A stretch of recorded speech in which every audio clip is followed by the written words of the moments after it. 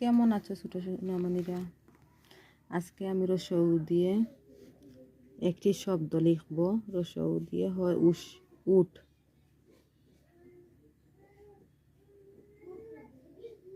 রসৌ দিয়ে উট। রসৌ দিয়ে উট। উট একটি প্রাণীর নাম যা মরুভূমিতে দেখা যায়। দীর্ঘ উতে উষা।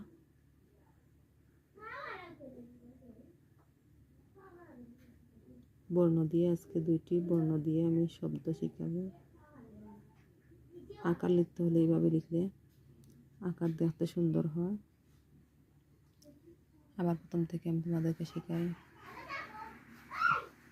ক, আ, রসই, দীর্ঘই, রসৌ, দীর্ঘ রি, এ, ওই, সন্দুক, ও।